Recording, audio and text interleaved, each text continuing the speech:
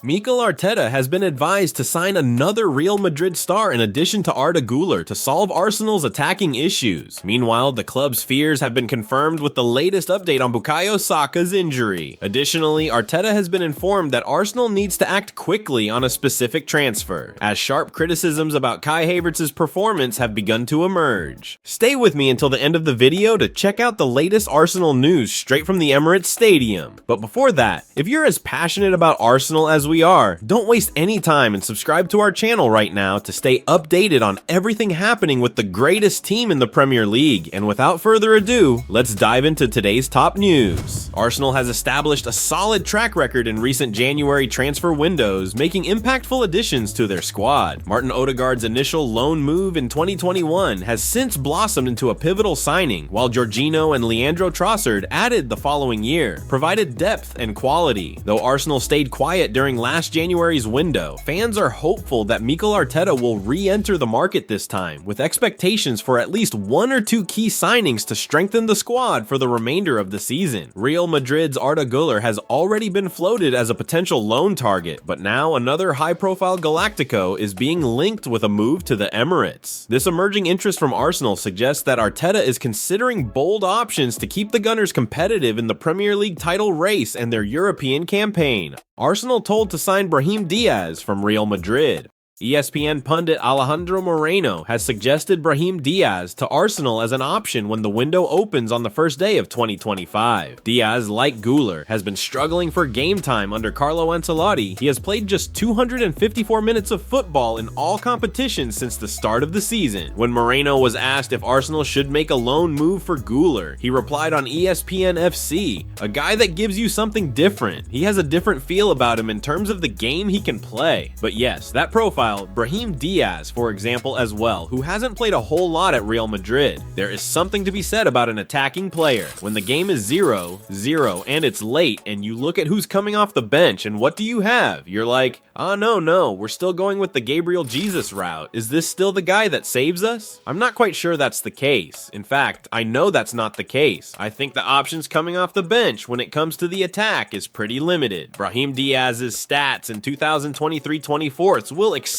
Arsenal fans. The arrival of Kylian Mbappe at Real Madrid has undoubtedly intensified competition for starting positions in an already star-studded attack, affecting players like Brahim Diaz. Despite the challenges, Diaz has demonstrated his versatility and high-caliber skills by excelling in every attacking role. His performance in the 2023-24 season, scoring 12 goals and providing 9 assists in just 22 starts, underscores his capability and efficiency even without being a regular starter. Given Arsenal's current offensive woes, with key players like Gabriel Jesus and Raheem Sterling underperforming, securing Diaz on a loan in January could be a strategic move. His ability to adapt to various attacking positions would provide Mikel Arteta with valuable flexibility and an additional creative spark. However, due to his impressive form, there's likely to be considerable interest in Diaz from other clubs, which could turn his potential acquisition into a highly contested affair. Arsenal would need to act decisively and perhaps leverage any advantageous terms they can offer to secure his services amidst strong competition.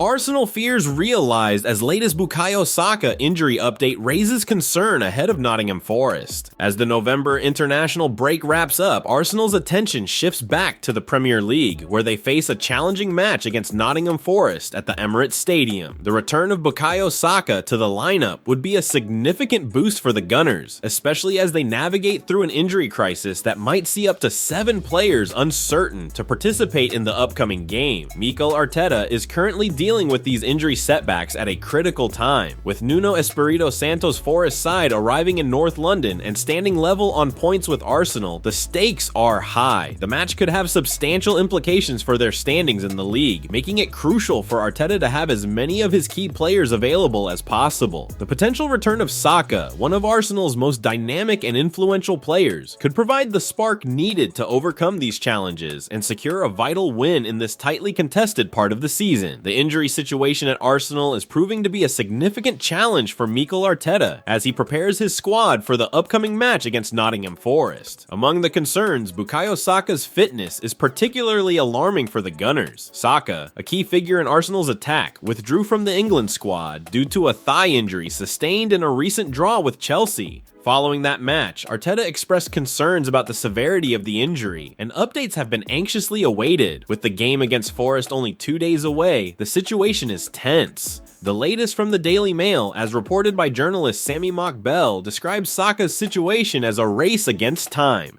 This phrasing underscores the uncertainty and urgency surrounding his ability to recover in time for a crucial match. Forest, level on points with Arsenal and showing resilience this season, will not be an easy opponent. The potential absence of Saka could be a significant blow to Arsenal's game plan, emphasizing the need for other players to step up and fill the void if he's unable to participate. Having Saka available is crucial to the Gunners, who have seen already this season how difficult it is to cope without their star winger. The 23-year-old only returned to action against Liverpool after suffering an injury, coming back with a bang by scoring in the top of the table clash. If there's one player that Arteta will want available to face Forest, it's Saka, who already has 10 goal contributions in the Premier League this season. Some clarity will be shed when the boss addresses the media in the pre-match press conference, with their hope that Saka can continue to rest in preparation for Saturday's showdown.